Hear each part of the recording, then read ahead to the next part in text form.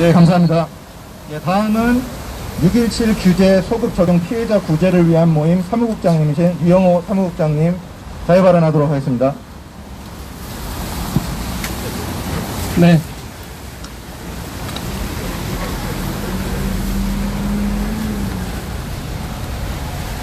네, 안녕하십니까. 저는 6.17 규제 소급 적용 피해자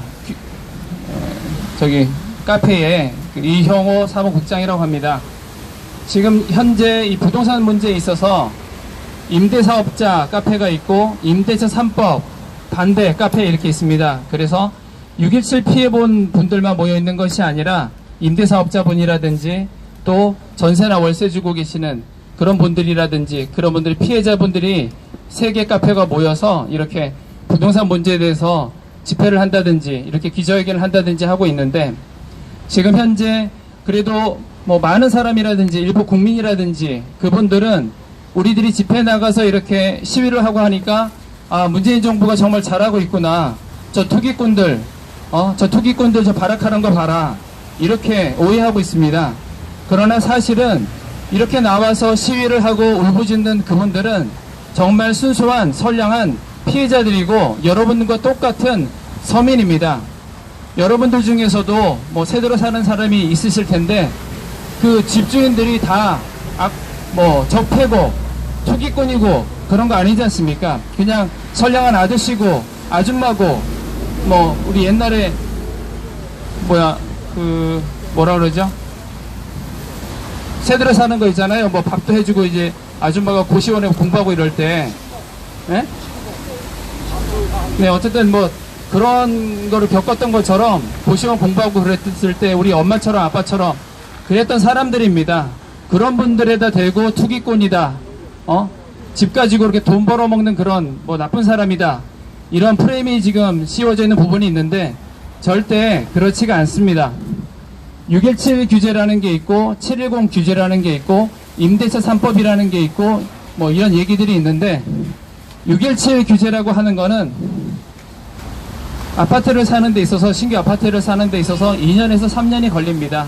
그래서 계약금을 내고, 계약금 3천만원, 4천만원 내고, 그리고 언제 중도금이 나가고, 언제 이제 잔금이 나가고, 이렇게 모든 것이 계약이 된 상태에서 진행이 됐는데, 갑자기 6.17 딱 발표하면서 과거에 계약했던 거 다 필요 없고, 지금 이 시간부로 대출이 안 된다. 여기는 이제 규제 지역이기 때문에, 투기 과열 지역이기 때문에 70% 대출 해주겠다고 했던 것이 다 과거에 계약을 했던 안 했던 거 다 모여고 그냥 40%밖에 대출이 안 된다. 그러면 하루아침에 일주일 남겨놓고 보름 남겨놓고 다음 달 남겨놓고 갑자기 1억 넘는 돈을 어디서 대출을 받아야 되는 거예요. 서민들이 갑자기 그렇게 대출을 받을 수 있는 능력이 있으면 아예 대출을 받아서 집을 안 사죠. 그런 일들이 6.17 통해서 벌어졌던 거고, 이제 이렇게 나와서 시위하고 서민들이 이제 화를 내고 이렇게 시위를 하니까 그제서야 다시 7월 10일 날 그러면 무주택자하고 1주택자 중에서 집을 6개월 이내 파는 사람들은 그럼 봐주겠다. 그래서 그 사람들은 봐주고 나머지 사람들은 또 계속해서 이 6.17 적용을 받고 있는 겁니다. 그러면 6.17 적용을 받고 있는 사람들은 두 부부가 당첨이 될지 안 될지 모르기 때문에 두 부부가 동시에 청약을 했는데 어쨌든 운 좋게 2개가 다 당첨된 그런 분들이 있습니다. 그런 분들은 한 사람당 3천만원, 4천만원, 두 부부가 안 먹고 안 쓰면서 열심히 절약해서 모은 3천만원, 4천만원이 계약금으로 2군데 들어가 있기 때문에 7천만원에서 8천만원 되는 겁니다. 그럼 그런 사람은 필요 없으니까, 너네는 대출이 안 되니까 안 돼. 그러면 이분들은 이 계약금이 날아가는 겁니다.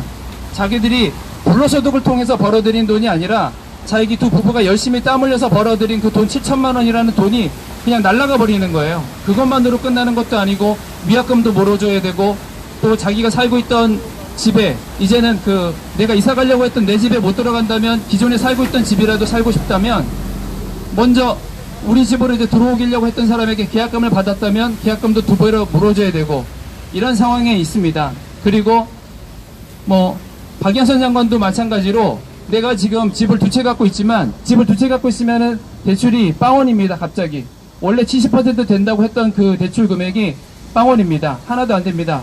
그럼 박영선 씨 같은 경우에 집이 두 채가 있는 부분이 하나는 시어머니가 살고 있는 집이고 하나는 자기가 살고 있던 이런 상황이 있는 겁니다. 그 사람이 돈이 많아서 집을 또 하나 갖고 있고 이런 개념이 아니라, 그래서 저희 카페에서 댓글을 달렸을 때 내가 자식이 시골에 우리 아버지 집을 위해서 효도를 했더니 우리 아버지를 살게 하기 위해서 효도를 해서 집을 하나 샀더니 그것이 내가 다주택자가 돼서 이렇게 내 집은 살 수도 없고 적폐가 되고 이렇게 투기꾼이 되었다, 이런 글들이 있습니다. 지금 현재 여기에 나와 있는 분들은 인권을 얘기하는 분들이 나와 있습니다. 차별금지법을 얘기한다든지 난민을 얘기한다든지 불법 체류자를 얘기한다든지 이런 부분들은 소수의 사람들, 그 사람들을 도와야 된다, 살려야 된다, 이런 얘기를 통해서 인권을 외치고 있는데, 지금 현재 이 부동산 관련된 피해자분들은 그렇게 피해를 본 소수들입니다. 순수하게 피해를 본 억울한 소수들입니다. 그들이 많은 분들이 오해하고 잘못 알고 있는 것처럼 정말로 그 많은 투기를 위해서 그렇게 하고 있는 것들이 아닙니다. 그리고 임대사업자 같은 경우에 그분들은 대부분 지방에 포진되어 있습니다. 95%가 서울에 있는 그렇게 비싼 아파트에 포진되어 있는 게 아니라 지방의 작은 다세대, 빌라 이런 것을 통해서 세를 주고 있는 그런 분들이 95%. 그래서 그분들은 현재 부동산 이 가격을 폭등시키고 그런 일들을 한 적이 없습니다. 그런데 하루아침에 갑자기 정부가 마음대로 정책 발표하면서 토끼몰이식으로 그분들을 다주택자는 무조건 악인 것처럼 그렇게 하고 있습니다. 뭐 월세 30만원, 뭐 40만원 이렇게 받아가면서 그 수리를 하기 위해서 또 돈이 많이 들어가니까 자기가 직접 보일러를 고치는 걸 배운다든지 집수리하는 것을 배워서 열심히 그렇게 깨끗하게 또 안전하게 그런 집을 제공해주고, 대학생들이라든지 잠깐 온 직장생이라든지 그런 분들에게 집을 제공해주고, 그렇게 자기가 노력해서 번 그 금액이 그렇게 많지도 않습니다. 그분들이 뭐 떼돈을 버는 것도 아닙니다. 정말 자기가 열심히 노력해서 벌어들인 그런 돈인 거지, 그런 분들에게 지금 법인 같은 경우에는 무조건 6% 세금을 때린다고 합니다. 1억짜리 건물일 경우에는 세금만 한 달에 50만 원입니다. 1억짜리 건물 가지고 세를 놔도 50만 원짜리 세가 없습니다. 근데 세금으로 50만 원을 내는 이런 상황입니다. 그 사람들이 지금 현재 이 정책을 정말로 취지 자체는 정말 이 나라에서 집 가지고 이렇게 고생하는 사람들이 좀 없었으면 좋겠다. 너무나 집 가진 사람만 그렇고 평생 집을 갖지 못하기 때문에 그 서민들을 위해서 정책을 펴겠다고 하는 그 자체는 좋지만, 그러나 이거를 추진하는 데 있어서 한두 사람도 아니고 자기가 평생 동안 30년 동안 열심히 땀 흘려서 일해서 벌어들인 이 돈이 한순간에 날아가 버리는데도 불구하고 이거를 나몰라라 하는 것은, 이것은 인권이 아닙니다. 이건 말도 안 되는 겁니다. 이거는. 네. 그렇기 때문에, 그리고 이분들이 얘기하는 것이 뭐 부천 같은 경우에는 불법 체류자에게도 재난지원금을 줘야 된다라고 조례까지 만들었습니다. 불법 체류자도 도와야 되고 난민도 도와야 되고, 불법 체류자 자녀들은 불쌍하니까 고등학교까지 무상교육을 우리나라 세금으로 지원해주고, 이런 얘기를 하고 있는데, 여기서 외치고 있는 분들은 정부에 있는 세금을 갖다가 우리를 도와달라고 하는 게 아닙니다. 이 부동산 피해자분들은 정부에서 어떤 기업이 지금 망해가는 기업을 살리듯이 정부에 세금을 풀어달라고 하는 것도 아닙니다. 그냥 정상적으로 은행에 정상적으로 대출받기로 계약이 다 돼 있는 그 상태에서 그 계약을 시켜달라는 겁니다. 뭐 더 달라고 하는 것도 없습니다. 그러면 이분들이 열심히 돈 벌어서 이자 내고 자기 갚아나가면서 그런 분들이지, 나라에 세금을 축내는 것도 아니고, 오히려 지금까지도 그랬고 앞으로도 나라에 꼬박꼬박 세금 내면서 건실하게 살아갈 사람들입니다. 이런 국민들을, 멀쩡한 국민들을 마치 하루아침에 죄인인 것처럼 몰아세우는 것을 다른 사람도 아닌 정부가 가장 앞장서서 하는 것은 말도 안 되는 것입니다. 전세 같은 경우에도 물론 정말로 투기하는 사람들이 있습니다. 그 투기하는 사람들을 잡는 거 반대하지 않습니다. 그러나 정말 멀쩡한 아무런 관계도 없는 그런 사람들을 이렇게까지 피해를 주는 것은 말도 안 됩니다. 전세 같은 경우에도 얘기하지만 지금 두 부부가 50대 이렇게 되어서 자녀들을 키울 때 두 부부가 이제 뭐 15평 정도 되는 아파트를 한 채 샀다고 칩시다. 그러면 지금 그 아파트에 들어가 살 수가 없어요. 왜냐하면 자녀들이 크기 때문에 방이 3개 이렇게 이상 있어야 됩니다. 그러면 그 순간 동안은 30평 정도의 집에 살아야 됩니다. 전세를 사야 됩니다. 30평 정도 되는 집에. 그렇게 살다가 아이들이 이제 커나가서 결혼하고 그러면 그때서 내 아내와 함께 15평 되는 그 아파트에 들어갈 수 있는 겁니다. 그런데 그 아파트를 이미 자기 소유로 갖고 있는데도 불구하고 왜 전세를 사냐? 무조건 거기 1가구 1주택이다. 무조건 거기에 들어가라.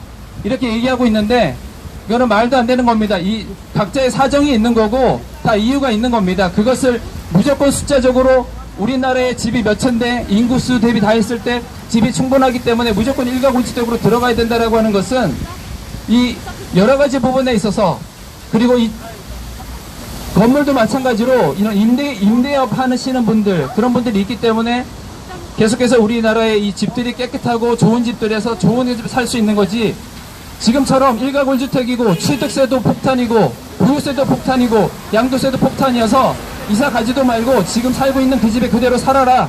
다 필요 없으니까 그냥 거기서 평생도록 그 집에서만 살아라 그런다면 그 집이 꼴이 어떻게 되겠습니까? 이 건축 이 업을 통해서도 먹고 사는 수많은 사람들이 있습니다. 경제적인 문제 여러 가지가 다 얽히고 설켜 있습니다. 이 부분을 너무나 졸속으로 전문가들 얘기도 듣지 않고 또 정부 야당과의 그런 얘기도 듣지 않고 눈과 귀를 다 막고 무조건 자기들의 생각이 옳다고 이렇게 추진함으로 인해서 부작용이 끊임없이 나오고 있습니다. 하루가 멀다 하고 나오고 있습니다. 다시 말씀드리지만 전세계약 같은 경우도 마찬가지입니다. 분명히 세입자와 함께 1년 6개월 전에 계약을 했습니다. 2년 동안 살겠다고 둘이 같이 앉아서 계약을 했습니다. 2년 동안 살겠다고 내가 아파트를 또 사겠다고 계약을 하고 계약금을 내고 그랬습니다. 그러나 지금 6.27 발표 이후에는 우리는 이제 그런 거 할 필요가 없습니다. 계약을 할 필요가 없습니다. 계약을 해서 뭐합니까?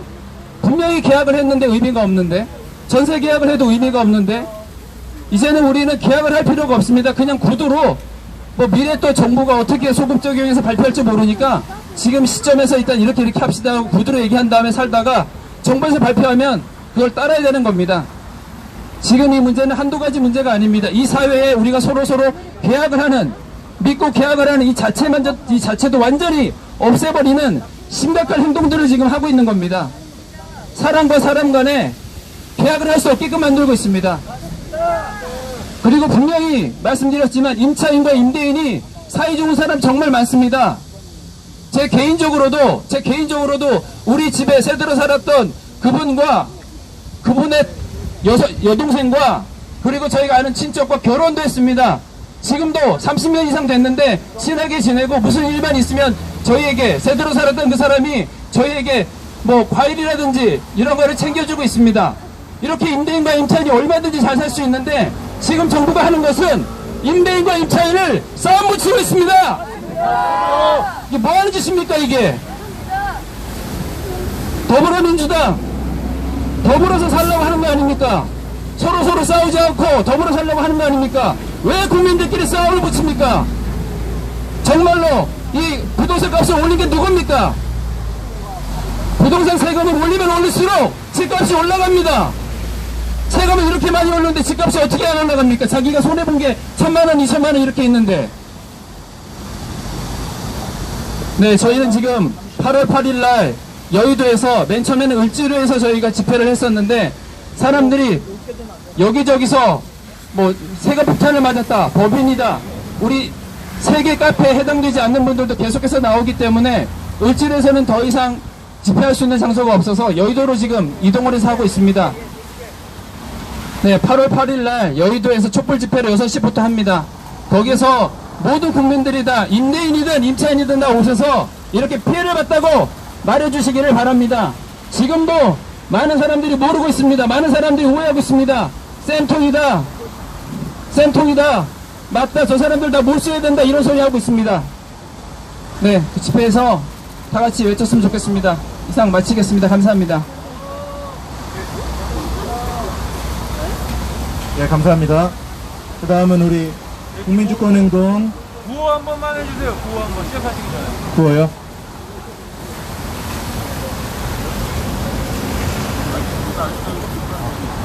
자, 우리 한번 구호해주겠습니다. 지금 문재인 정부가 국민들을 때려잡고 있습니다. 이게 됩니까? 말이 됩니까? 안 됩니까? 안 됩니다. 우리 국민을 이간시키고 집 가진 사람이든 세입자든 임대인이든